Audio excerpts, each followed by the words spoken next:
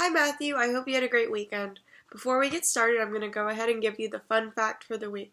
So this week's fun fact is that Grover Cleveland was the only U.S. president to serve two non-consecutive terms.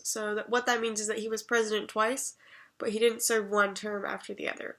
He was our 22nd and our 24th president, and he served from 1885 to 1889, and then again from 1893 to 1897. Now that we've got our fun fact out of the way, we're going to go ahead and look at your essay. So I'm looking at your submission, and it looks like you've sent in a complete paper, which is great. I've been looking forward to see what you can actually do. So that's great. Make sure next time you have a final draft, because this is the rough draft, and I'm glad we're working up towards it. I'm not really concerned, but you'll probably not get the grade you want and the grade that you deserve if you don't turn in the final draft. So make sure next time you do that.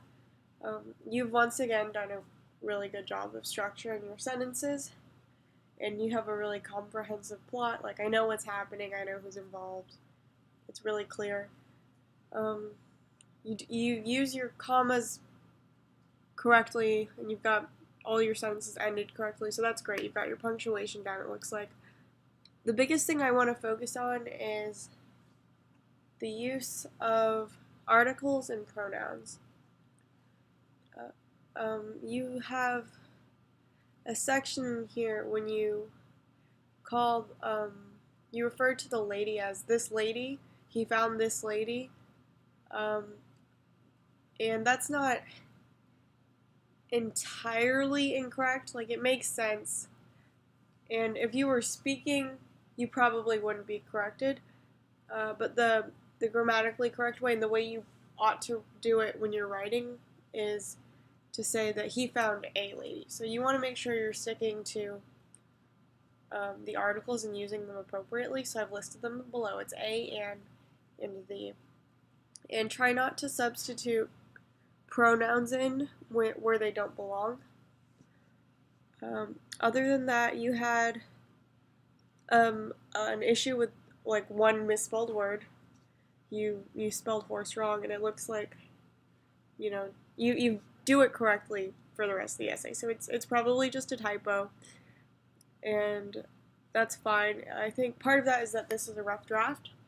So just make sure when you're typing everything up again for your final, you get those little details, because it's stuff you obviously know how to do, and you want to get credit for that. Also, you seem to understand apostrophes, but you do make a couple of mistakes with them, so I'm going to go ahead and explain that. There's a sentence right here where you say the lady was the knight's age, and that's good, but you actually didn't put the S, you just put the lady was the knight age, and that's not correct. So make sure that when you're using apostrophes to explain possession, you have to follow some rules. When you're using the possessive form, you use apostrophes, right? So there's basically two ways to do it depending on whether the word ends with a consonant or a vowel. So we'll use or an S, so that's part of it. In the case of knight or knights, like possessive, you would put an apostrophe after the end of the word and then an S to indicate that it's owned by them. If it's